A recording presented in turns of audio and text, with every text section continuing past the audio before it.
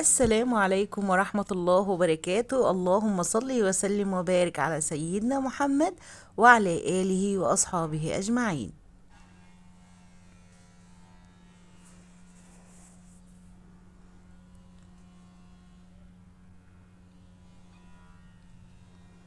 تعالوا نشوف النهاردة هنعمل ايه. معايا هنا كوباية من اللبن، حطيت عليها معلقة كبيرة من الخل.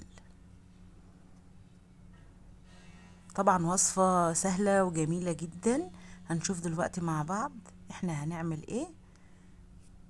معايا كمان معلقة كبيرة من الخميرة الفورية.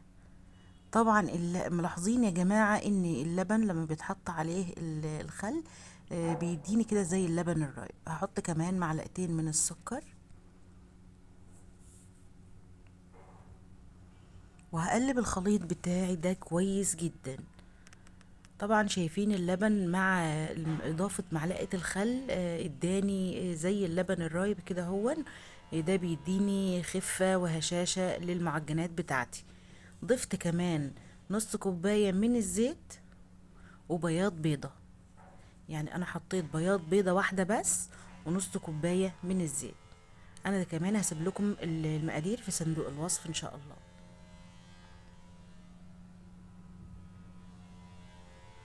هاجي هنا بالكوباية دي هضيف حوالي 4 كوبايات من الدقيق.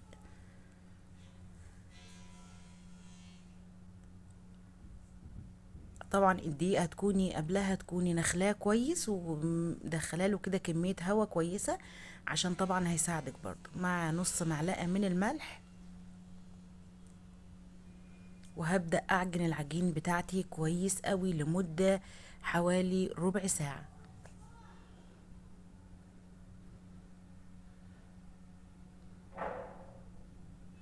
احنا يا جماعة النهاردة هنعمل الباتيه، اللي هو يشبه طبعا مشابهة جدا لعجينة العيش الفينو. بس بضيف لها اضافات خفيفة كده، هو بتخلي العجينة معايا هشة وجميلة. هحشيها النهاردة طبعا. هتغنيكي طبعا وتوفر لك كتير حشو السندوتشات في ايام المدارس. بعد ما عجنت العجينة بتاعتي لقيتها حابة شوية دقيق كمان، او عايزة شوية دقيق كمان عشان اقدر المها بالشكل اللي انتوا شايفينه ده. طبعا انا بعجن فيها باخد حوالي 10 دقايق كمان عجين عشان اوصل للعجينة الناعمة اللي انا عايزاها. طبعا تعودنا في المخبوزات ان احنا لازم ناخد في الاخر عجينة ناعمة ملساء كده حلوة عشان اعرف اشكلها. هسيبها هنا تستريح لمدة ربع ساعة بس، مش هسيبها تخمر، لا انا هريحها بس ربع ساعة. معلقة من الزيت كده قدامك عشان تعرفي تفرديها وتتحكمي فيها ما تلزقش منك، لان العجينة بتاعتي طرية مش ناشفة، يعني وسط كده تحسيها. بس انا ضفت الزيت عشان ما تلزقش في ايدي. هقطعها طبعا ل4 قطع متساوية في الاول.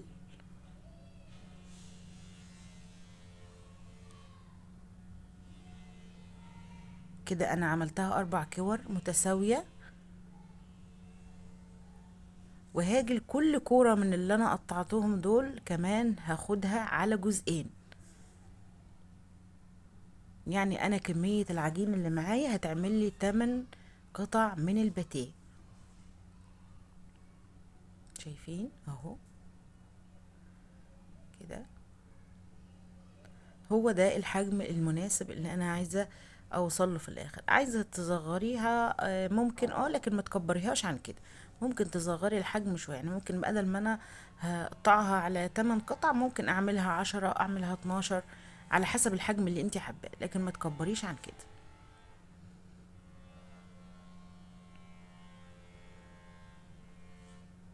كده انا قطعتها ل8 اجزاء متساوية، كل جزء عملته على شكل كورة كده.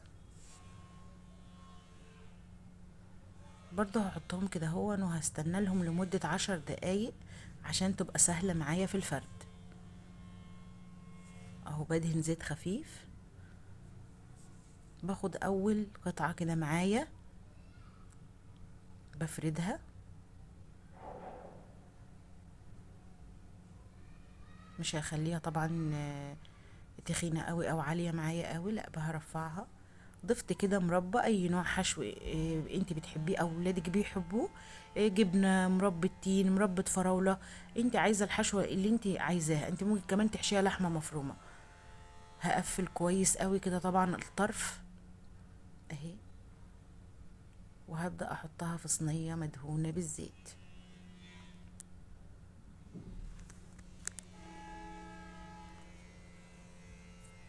هاخد قطعه كمان نفردها كده، ونضيف الحشو بتاعي، واقفل كويس.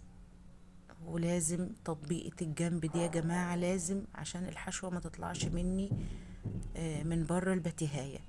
ايوه كده اهو.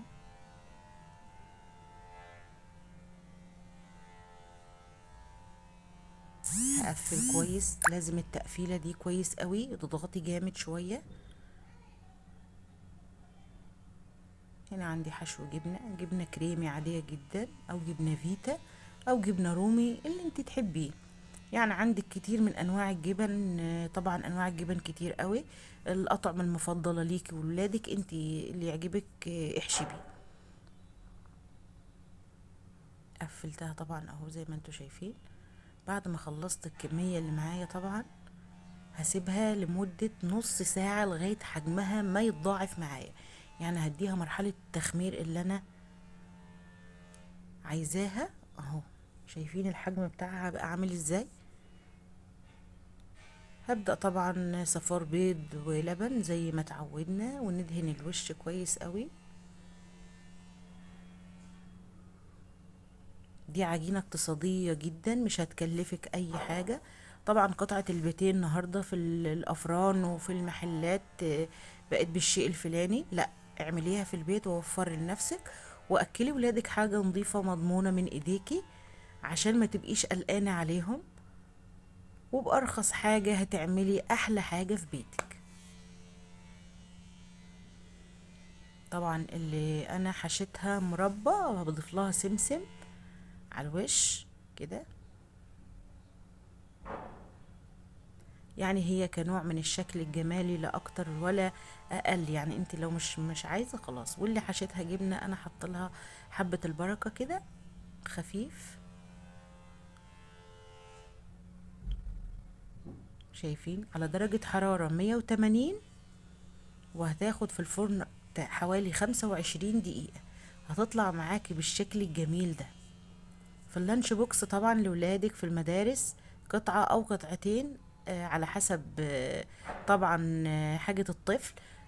فهتحطيها له في اللانش بوكس بتاعته في الشنطة. هتبقى مطمنة ان هو واكل حاجة نظيفة من ايديكي وحاجة مضمونة. كده عملنا الباتيه بتاعنا النهاردة بالحشو جبن والمربى. اتمنى ان شاء الله انه يعجبكم. ما تنسونيش في اللايك والشير والسبسكرايب للقناة. بحبكم في الله. ولو عجبكم الفيديو ما تنسوش تحطوا لايك.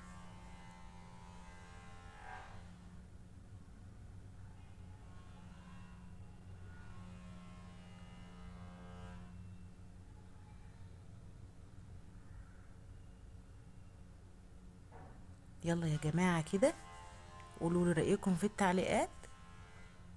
السلام عليكم ورحمة الله.